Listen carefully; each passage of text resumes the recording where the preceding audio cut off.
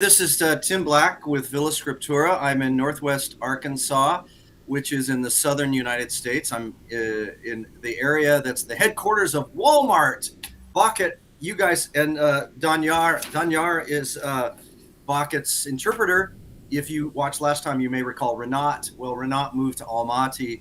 So Danyar, thank you, Danyar. Danyar is helping us with translation. So that's great. So today what I'd like to do is to talk more about Bahkit and his orphanage in Taldykorgan city. And by the way, Danyar, I'm going to stop every once in a while so you can translate a little bit, if that's okay with you. Окей, да. Okay. Да, в общем, это Тим, он из Соединенных Штатов Америки, там, где родина Walmart начинается. Вот он сейчас хочет немножко рассказать и поговорить с вами, с Бахтом из Талдыкоргана. И вот я ваш переводчик. Okay, so last time when we talked to Bahkit, he told us about how he became a Christian, how he accepted the Lord. People in his family believed in God also. And so it was an amazing story. I've told that story to many people and it's encouraged them. So Bahkit told us about how God put this orphanage on his heart because in the former Soviet Union, apparently, now please correct me if I'm wrong, you guys, but I think that it was pretty normal for 15-year-olds, older children to be removed from orphanages. To be what? 15 years old children, what? To be taken out of orphanages or removed or kicked out. Да, он говорит, то, что вы ему сказали в прошлый раз о том, как Бог поместил это желание в ваше сердце, чтобы служить через детские дома, и говорит, поправьте меня, если я правильно понимаю, потому что в постсоветском пространстве где-то в 15 лет уже их отпускают из детских домов. So last time we talked to Bahkit, he told us that sometimes children will get in fights. One time a person got in a fight and was killed. Others end up in prison. I think there was one guy you told me went fishing and he drowned. So a lot of things happen, when these children aren't taken care of. And so Bahkit came up with this idea to help start an orphanage primarily for older children. Да, в прошлый раз вы ему рассказали о том, что с выпускниками случаются разные страшные вещи, там некоторые делаются, там, кто-то был вроде бы убит, кто-то как будто пошел там на рыбалку, утонул, там и разные приключения попадают, и вам пришла в голову эта идея работать с выпускниками, с подростками. So one other thing I wanted to say, Bahkit is a great guy. He has his wife Shinar, and he have, I think, 2 children. Is it a boy and a girl? Is that right?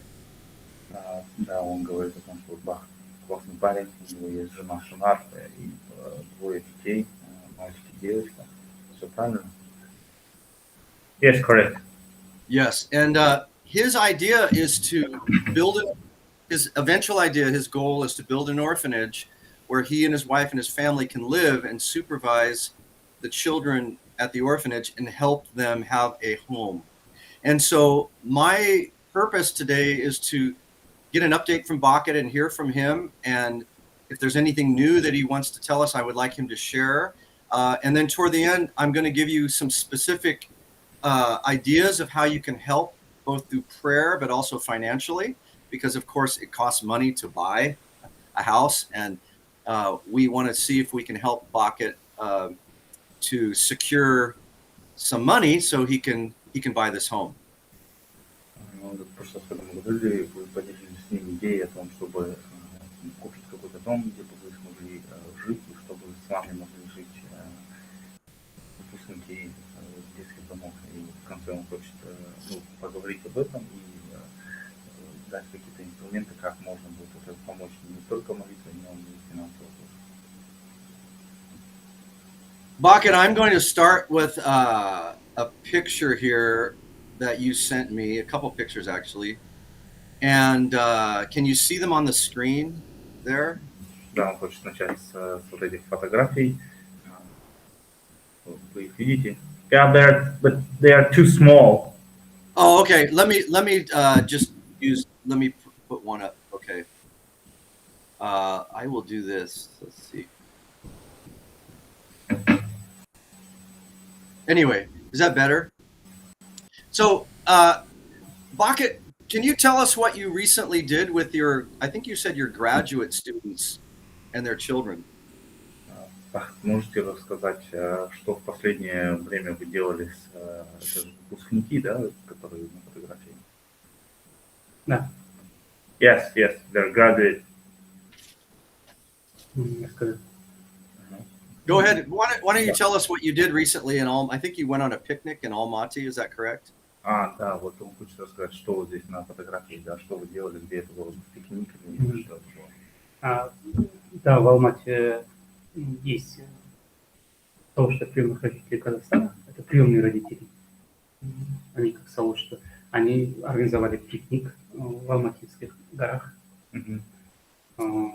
и пригласили нас, тех детей, которые имеют своих детей. Ну, то есть у нас есть семейные пары, которые выпустились из детского дома, которые имеют своих детей.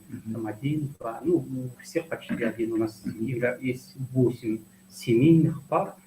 Вот, даже из них 2 они... This picture was made in Almaty.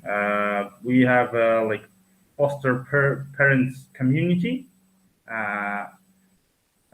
and they made an in Almaty like outside picnic, and we gathered there. Что там еще? Мы так 6, мы 10 человек поехали в Алмату. Там было 6, 5 семейных ребят было с нами. 5 семейных ребят. Выпускников, да? Да, выпускников. 6, да, из выпускников, да. 10 выпускников, да? 10 выпускников, они семейные пары. Okay, we went there like 10 people, and half of them they are married, like couples. Они были со своими парами или без пар? С парами. С парами, да. С парами, и у них дети от 1,5 до 3 лет у них. Детей там. Это все выпускники этого. Да, детских домов. Okay, all of them are graduated students from the orphanage, and they had children. Дети были с ними вместе? Да. Они вот для детей, день детей, защита детей, это праздник. Ради детей было организовано. Okay, that was a special day, like for kids, and of course they have kids, like 2 and 3 years old. So did most of them have jobs now? You know, I know when they were orphans, things were difficult, but do most of them have jobs now where they can support themselves? Да, я знаю, что было сложно им в детском доме. Сейчас как они содержат себя? Они работают? Да, они работают. Ну, у меня общее количество 35-40, ну, где-то около 35 детей. Они все выпускники из детского дома, из них 15. Это 35, с кем вы работаете, да? Да, это вот общее количество, а из них вот 20 детей, они обучаются до сих пор в колледже, университете, они живут. А из вот этих 10, те, кто женаты, они работают? Да, они работают, они живут на съемных квартирах. Okay. Yeah, in general, I work, I involved in work with students who has like went from orphanage. Like in general, there are like around 30 people, and 20 of them they are students, and 10 of them they have families, and of course they have a job, and at the same time they have to rent the facilities to live. You mean like an apartment or Yeah, apartments, of course. Oh, is it what's the standard price of one-room apartment now in Taldykorgan. How much is it a month? Какая цена примерно, средняя цена в месяц на однокомнатную квартиру в Талдыкоргане? $200. $200 $200 per month. в месяц, да? Да. Yeah. And then what if you want to buy an apartment? How much is it? Если ты хочешь купить однокомнатную квартиру, сколько она стоит? One bedroom, just one bedroom. Да, однокомнатная. Это 30 000.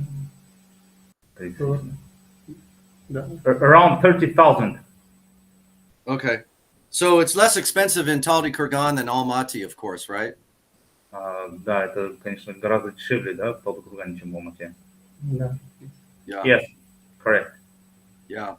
Well, Bahkit, why don't you share currently, like, what you're doing right now with your orphanage plans? How are things coming along? I know you're trying to raise, is it $100,000? Is that correct? US? Бах, могли бы сейчас рассказать, что именно в данное время вы делаете и сколько вы хотите собрать? $100 000, я прав или нет? Да, у нас план с женой приобрести большой дом, который, может, двухэтажный дом, там из нескольких комнат.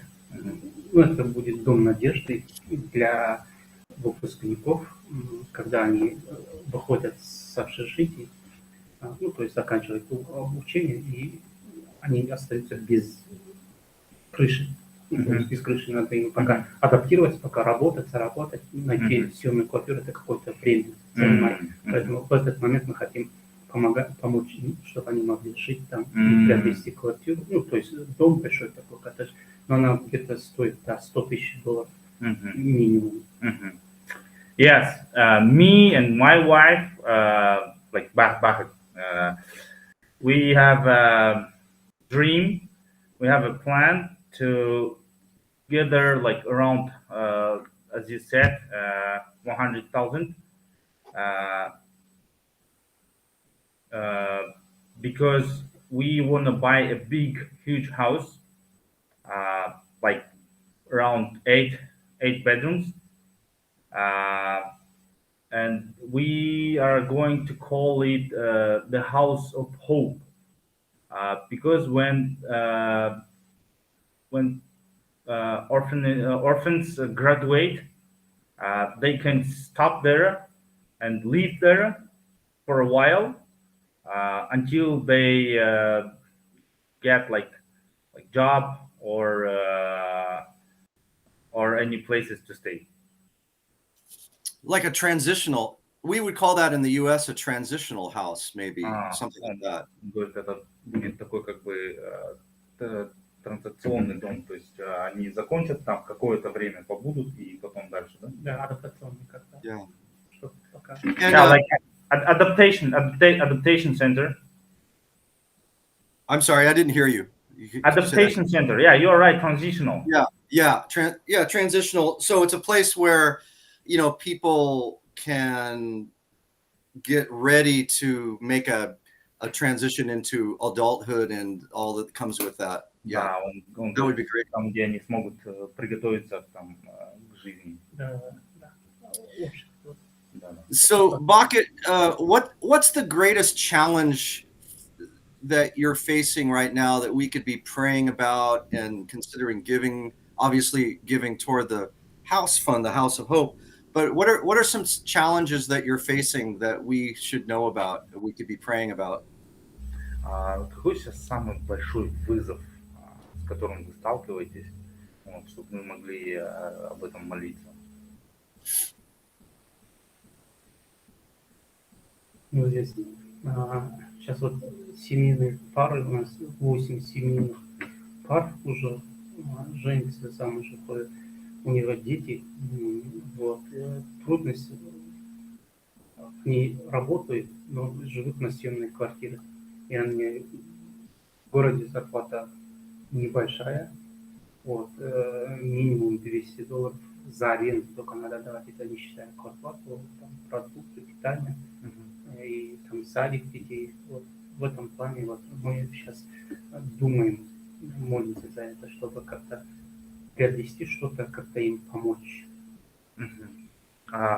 Right now we have at least 8 couples who is gonna marry. У них уже есть дети или еще нету? Это те, которые уже дети есть. And, тех, кого- and some of them they have children, and they are struggling with very low salary in our city.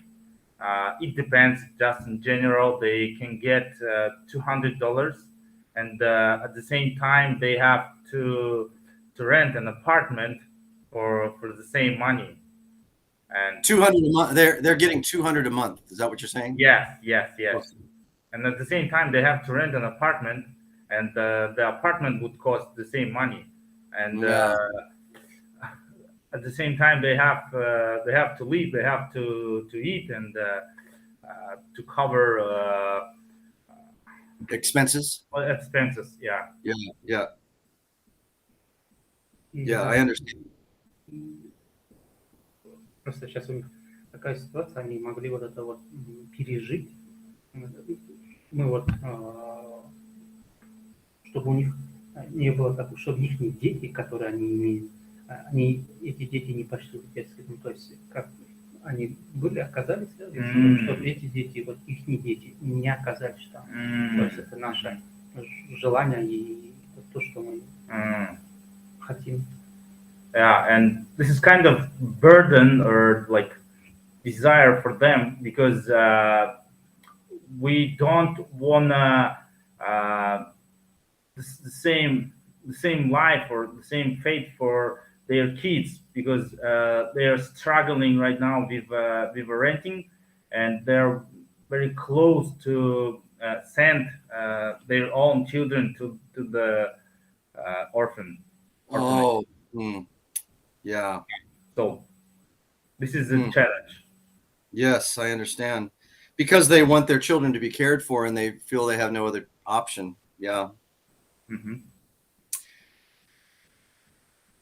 So Bahkit, how is your week spent? Do you meet, you told us last time that you're meeting temporarily in a businessman's office that you know. How do you meet with people every week? Do you have how do you interact with people, like, how often a week, and maybe tell us about that. Да, в прошлый раз вы рассказали, что встречаетесь с некоторыми бизнесменами. Расскажите нам, пожалуйста, вообще, как вы проводите неделю, то есть вы как проводите эту неделю, с кем-то встречаетесь, что вы делаете? Я в основном пишу письма вот такие организации, которые магазин или там какой-то малым и средним бизнесом занимаются. Некоторые они, то есть у них сейчас ситуация такая, их бизнес такой, не процветает, поэтому они где-то отказываются, но у них есть желание в будущем помочь и поддерживать. Вот, а некоторые там как-то вот помогают, но там, продуктово там или как-то такие необходимые жизни необходимые. Yeah, by the way, right now I'm writing and sending letters to the businessmen, and some of them who don't prosper, they can't help us by this time right now, but they have a desire, and they told him we'll help you in the future, of course. And some of them are helping, with the groceries and with first need, aid. Многие организации, они уже они решили помочь детский дом, который вот сейчас вот существует, детский дом, или интернат, или дети-инвалиды, дом инвалидов для детей. Вот им помогают они частично, поэтому они как-то, они говорят, что мы помогаем, все, то есть это вот, дети, которые мы работаем, выпускники, то есть они уже выпустились из детского дома. Вот.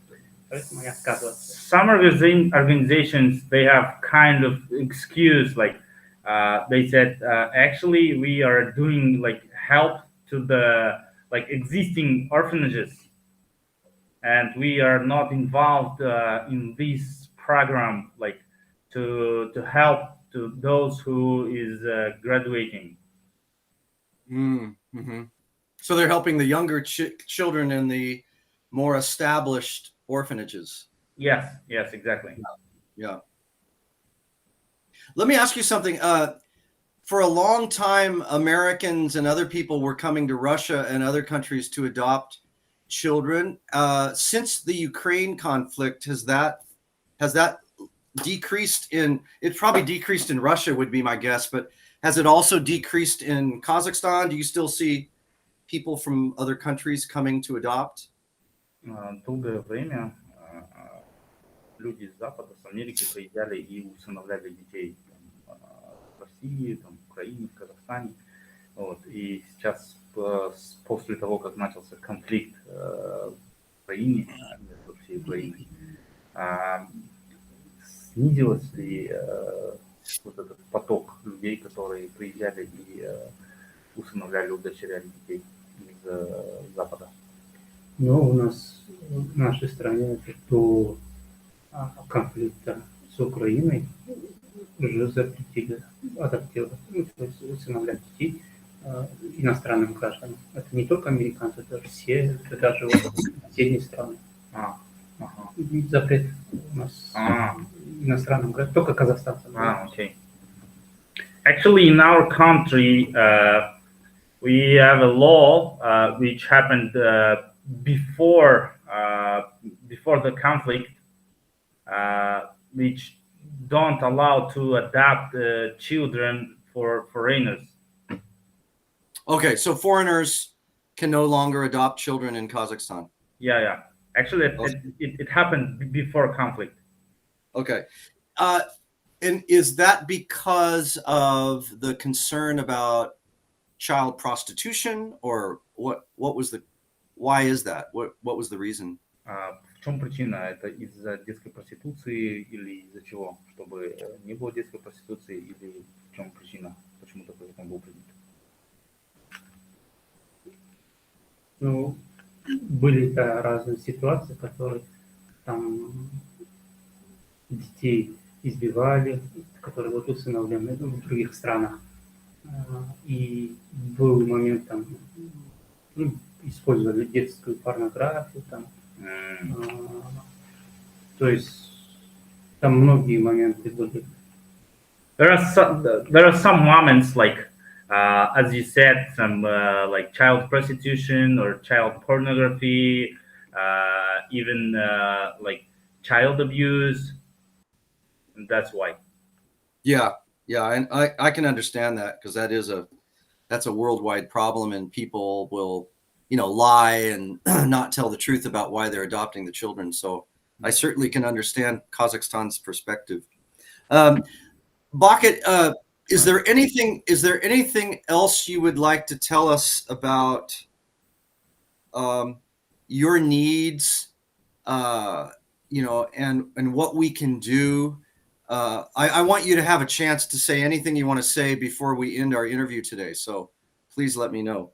Прежде чем мы скажем интервью, я бы хотел, чтобы вы сказать все, что вы бы хотели сказать. Может быть, у вас есть какие-то нужды. То есть все, что вот есть на сердце, все, что вы хотите сказать, вы можете сказать. Ну, мы ежемесячно, даже еженедельно общаемся, встречаемся с этими ребятами, держим тесный контакт и хотим по максимальному образом повлиять в их жизни. Мы планируем вот сейчас летом, в следующий месяц планируем 3-дневный лагерь. Мы будем вместе жить там. И сейчас разработали план, как программу сделали, чтобы мы хотим через этот лагерь построить взаимоотношения наши и передать любовь, Божью любовь и надежду в будущее. each week we have a meeting with these kids, and this summer, next month, следующий месяц, да? On the next month, we have planned a summer camp for 3 days, and we are doing the plans how to spend the time with them, and we are going to share with them the God's love and the hope. Great. We have something similar to that in the United States at some churches called Vacation Bible School. And children go to churches and they play games, but they also learn about the Bible and Jesus and so forth. У них тоже что-то есть похожее в Соединенных Штатах. Церковь называет это как бы выходная библейская школа. Они тоже могут приходить, играть, но в то же самое время они узнают больше. Да, ну вы хотите же сделать не просто для детей, а для вот этих выпускников, да? Да. Yeah. We are going to do it for the graduate who already graduate the orphan.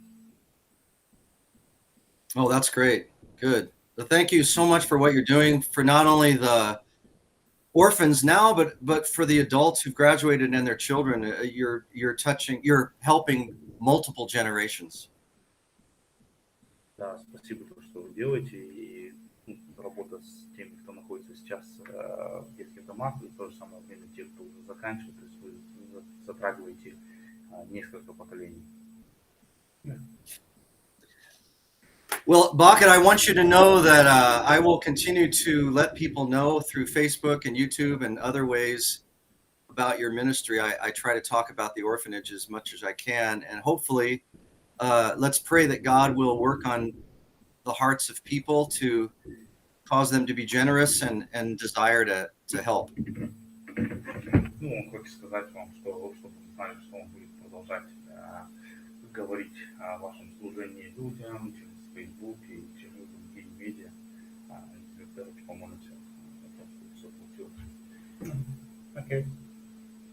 Yeah, I want to say too, if anyone's listening and you have either watched my earlier interview where Bahkit talked about, he gave his testimony and, about how he believed in Jesus and then how God caused him to, how he learned about the orphanage situation. You can go to my Villa Scriptura YouTube channel and listen there. And if you're at all interested in giving financially, you can email me through Facebook Messenger or my email address, which is, now listen, Danyar, someone gave me this name when I moved to Kazakhstan in 1994. I took my first trip to, how old are you, Danyar? If you could. Okay. So in 1992, well, let's see, when were you born? What year? 1988. Okay.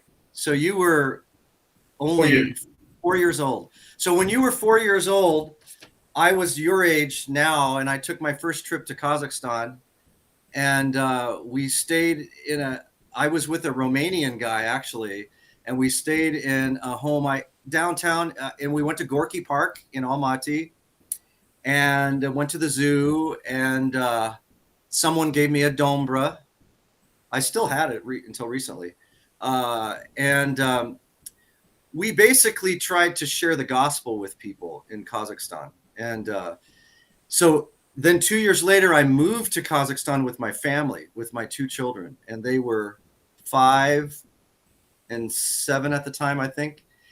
And we lived in an apartment in the Samal 2 district in Kazakhstan. That was our first apartment.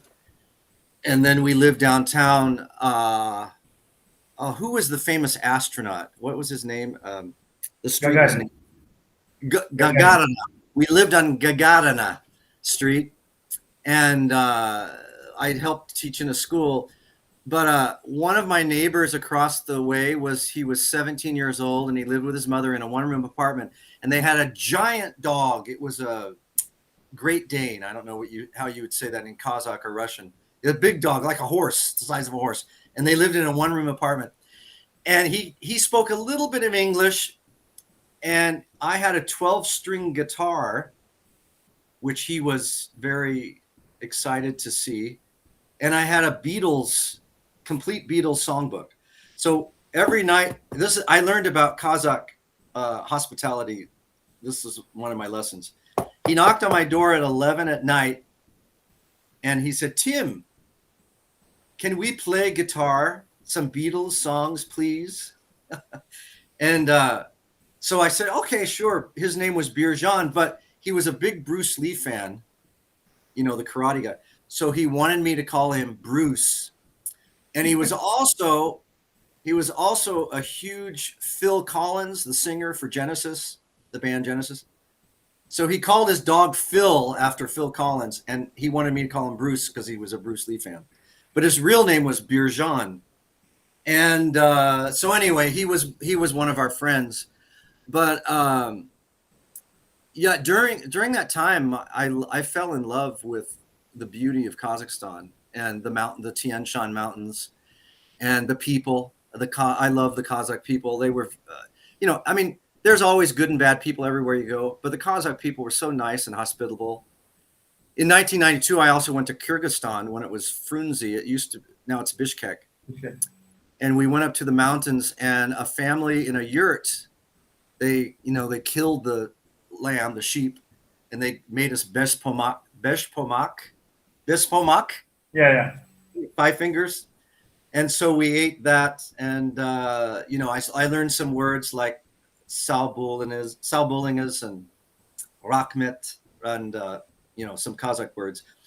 But one of the things, and I was going to ask you guys about this, one of the things that was hard for us is half of the people in our team we had Polish, Norwegian, and American missionaries.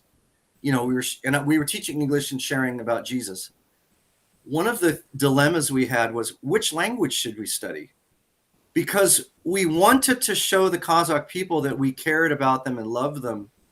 And we knew that if you spoke the Kazakh language, you would basically be saying, we honor your culture, we honor you as a person, and so we're learning your language. And many of my friends learned Kazakh, but we lived in Almaty. We didn't live in the villages. I had a friend who lived between Jambul and Chimkent. It used to be called Tura-Riskolov or Tura-Riskolov. I think it's something different now, but it's between Jambul. The same. I was there. Yeah, beautiful place. Oh, did you know David and Teresa Knaus? No. Okay. Anyway, yes, we used to visit them. I love that area. But so we decided, after a lot of difficulty, we decided to stick with Russian because it was hard to live in Almaty without speaking Russian, So anyway, how is it in Taldykorgan? Do you speak more Russian or Kazakh on the streets? В общем, он рассказал свою историю, как они здесь жили, служили, как он познакомился с казахами, да. И в то время у них были несколько миссионеров, одни были там из Норвегии, другие из Индии, там отсюда у них была дилемма, какой язык им учить, русский или казахский. И в то время, когда они жили в Алмате, то есть было сложно без знания русского языка. Как сейчас ситуация в Талдыкоргане, на каком языке больше всего говорят здесь? На казахском. In Kazakh. You speak, both of you speak Kazakh in town. Even though right now we are talking in Russian, actually me, but for Bahkit, his first language and the most speaking language is Kazakh. Right. Yeah, for me the same. I can speak Russian or Kazakh. Yeah, but recently the situation is changing. Native people, they would prefer to talk in Kazakh, and even people like me who graduated the Russian school, they have to learn Kazakh. Yes, yeah. And for people who don't know, Kazakh is a Turkic language. So if you went to Turkey, the country of Turkey, it's a very similar sound, isn't it, than It's closer to Turkish than it is Russian in its sound to your ear. Of course. Yeah. It's very nice language. I have to say one thing. One time I was in a car with my friend David, who spoke Kazakh. He's an American.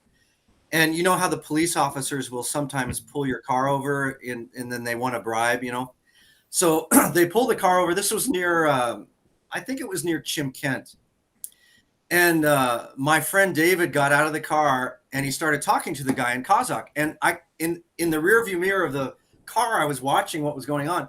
And I saw the police officer. He did this with his hand. He went, oh, an American speaking Kazakh. And then he said, oh, please go.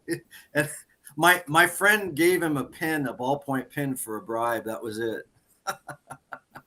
And I learned a big lesson there, that language is the way into someone's heart. It is the key. Yeah, definitely is the key. So today when you spoke Russian, why did you choose to speak Russian and not Kazakh? Is it easier, or is it just more natural? Yeah, for me, like to translate from English to Russian is like more natural than in Kazakh. Yeah, I understand. I understand. Yeah.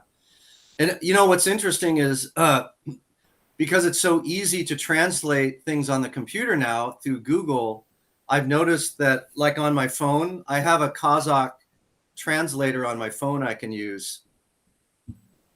If I want to if I want to write a letter to Bahkit in Kazakh, I can do that really easily on my phone or on my computer. So it's amazing, what technology has done with since the Tower of Babel in the Bible. So.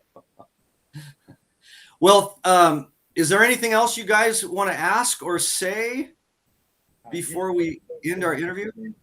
Добавить или спросить? Я хочу поблагодарить его за его помощь и поддержку, которую делает частично, и то, что он информирует про нас и про наше служение, это уже помощь для нас, поэтому я хочу говорить благодарность. I wanna thank you for all your heart, for all your support, for all your ministry, what you're doing for us. Thank you. You're most welcome. Не стоит.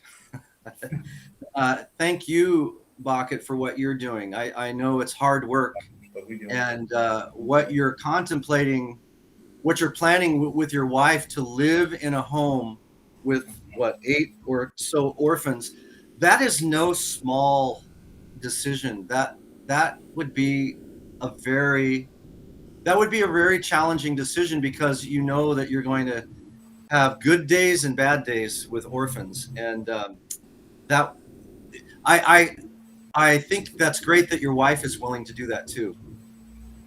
Switching to Kazakh. Сіздің жоспарыңыз жайлы сізге өте рахмет айтамын. Мен білемін, ол қиын болуы мүмкін, бірақ та сіздің келешегіңіз сізбен бірге болғаны ол өте күшті екен. Yeah. So anyway, I just want to tell people who are listening, it's very easy to give to Bahkit. It's as easy as going down to Walmart or some other store where there's a Western Union, or Renat told me last time there's an app. There's a Western Union app you could download on your iPhone and do it from your phone. And if you're interested in giving, again, if you email me at Timerjan1, yes, that's my address, Danyar, right? That was the name someone gave me when I went to Kazakhstan. I started my story earlier because what was your name in Kazakhstan? Timerjan. Timurjan. Timurjan. Iron soul, right? Isn't that what it means? Iron soul? Yeah. So yes, a woman gave us our family name. So my name was Timerjan. My wife is Sabrina. Her name was Sabirnaz. And my son his name is Chris, so she named him Kairat. and then my daughter, her name is Courtney, so she was named Karolai, something like that. But now I use my Kazakh name for my email address. So I always remember Kazakhstan. Kazakhstan made an impact on you. Oh, huge impact. Life-changing. I would like to go back someday and go to Madeo and hike in the mountains and see my friends who are now old. They probably are grandfathers now. My young 30-year-old friends are probably grandfathers. Қайта келгім келеді дейді, медеоға барғым келеді, достарымды көргім келеді. Келсін. You're welcome. We'll wait you. Thank you. Yes, I would love to go sometime. Listen, I wanted to ask you one question. When I look at the pictures from the picnic, it looks like most of the students are, I'm guessing they're Russian, or do you see more Russian orphans than you see Kazakh orphans? Ана суретке қарасам, сіз жіберген суретке мен байқадым, ол суретте көбінесе орыстар екен дейді, бірақ та дұрыс па дұрыс емес па? Менің сұрағым дейді, қазір детдомда көбінесе орыс балалар бар ма, немесе қазақ балалар ма? Қазір көбіне қазақ бар, бірақ бұрында көп орыс адамдар осы жақта болғандықтан орыс балалар қазір уже олар 23-25 жаста. Олар орыс балалар, өйткені кезінде сол орыс балалар көп болған. Бірақ қазір орыс балалар почти жоқ. Тек қазақ балалар, менде екінші топ 20 шақты бала, олар бәрі студенттер, олардың ішінде деген тек қана 2 орыс бар, қалған бәрі қазақтар. Кейінгі поколение. Қазір балалар енді бәрі 90%. Yeah. In that picture, you are correct. You see a lot of Russians there, and by that time, like they are older than 10 years, and by that time when they were in an orphans, at that time there were a lot of Russians. But right now the time is changing, and there are very few Russians. For example, I have a second team. It's around 20 people there, like from orphan, and only 2 of them are Russians.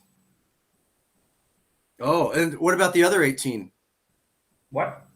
Did you get? What about the other 18 children? What are they? What nationality are they? Kazakhs. Oh, they're all Kazakhs. So Yeah. do you ever have like Uzbek or Kyrgyz or Uyghur kids, or are they all, the rest of them, Kazakh?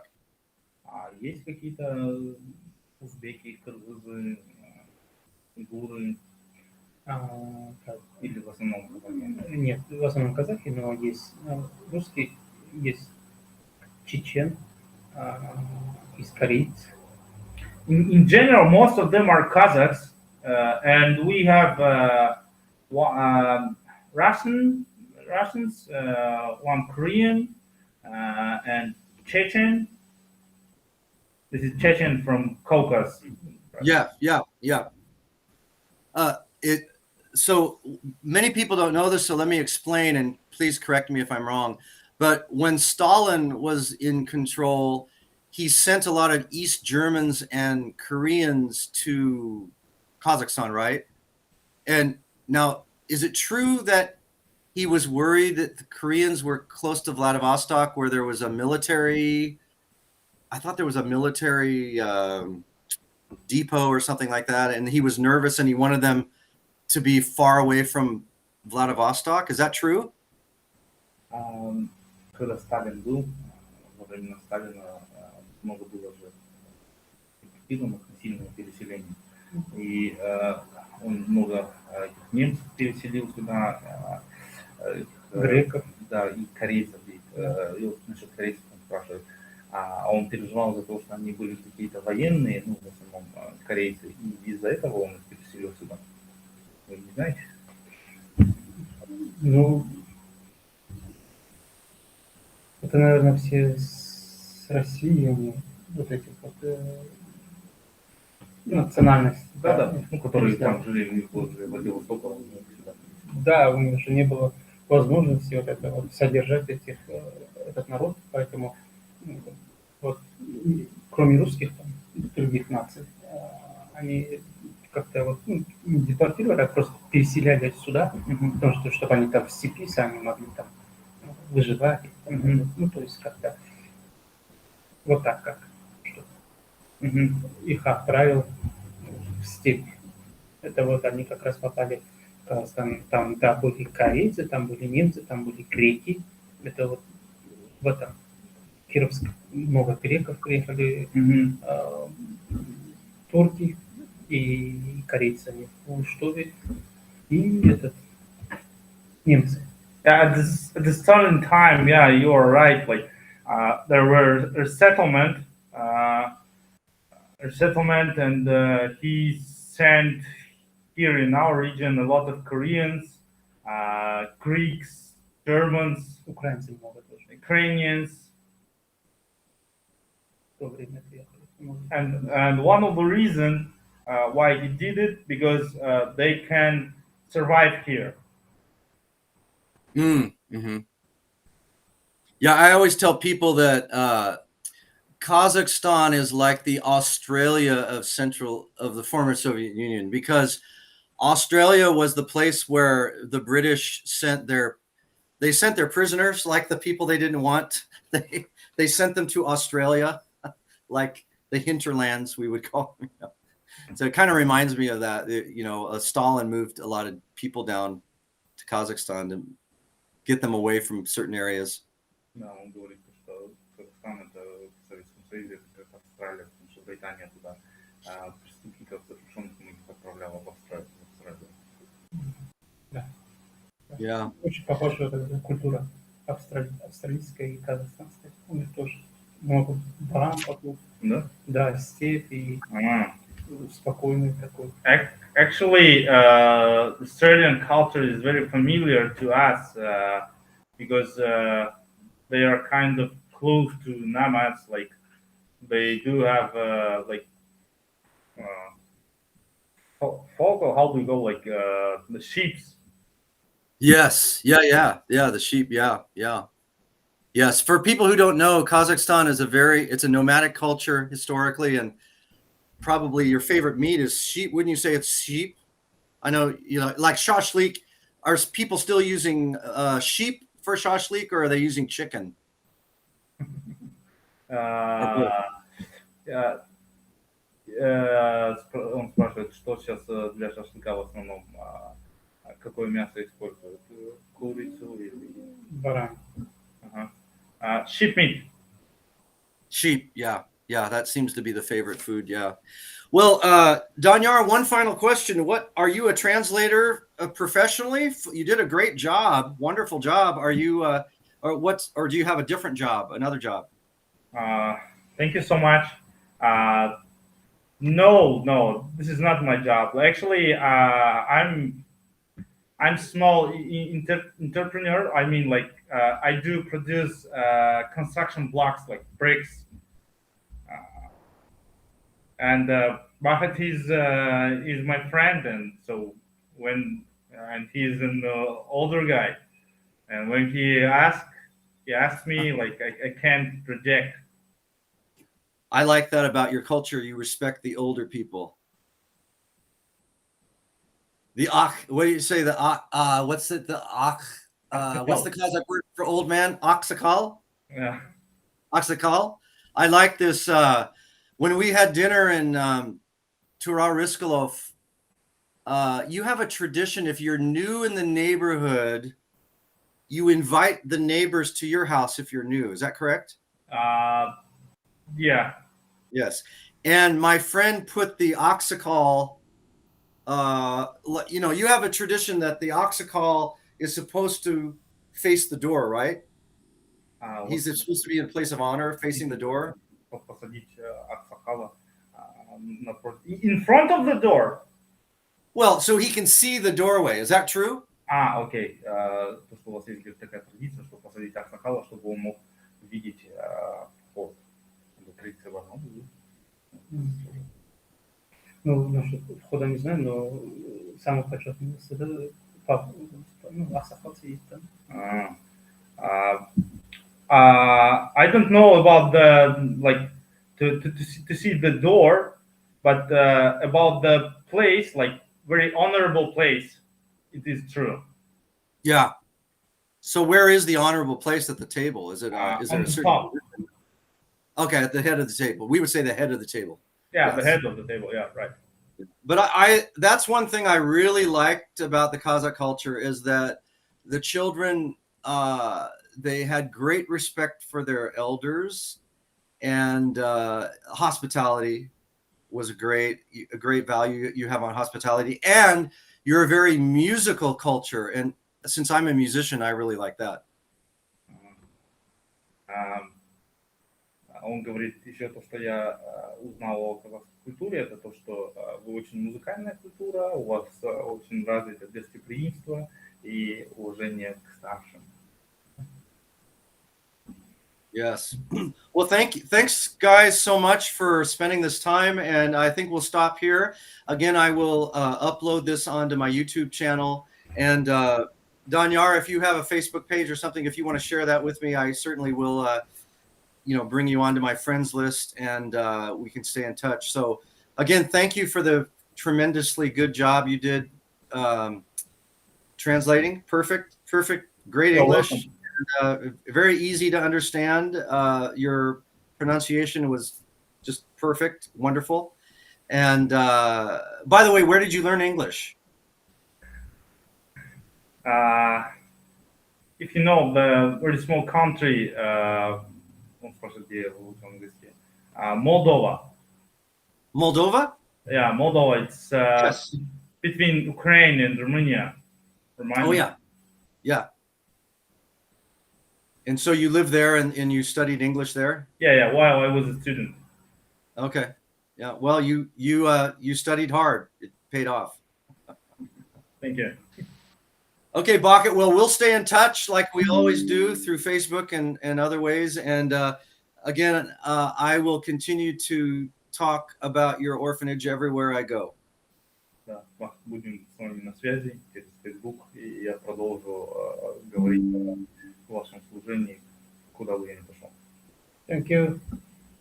Yeah, and I want you to know that this summer I will be in other states: Idaho, Oregon, Washington, Montana, Wyoming, Nebraska, and Missouri. That's 7 more states. And in all of those states, I will talk about your orphanage. И этим я хочу, чтобы вы знали, этим летом он будет вот в этих 7 штатах, раз у него будет путешествие, и в этих всех штатах я буду рассказывать о вашем служении. Okay, and we have a saying in English: we will shake the trees for the money. Shake the trees. У нас есть выражение, мы будем трясти дерево.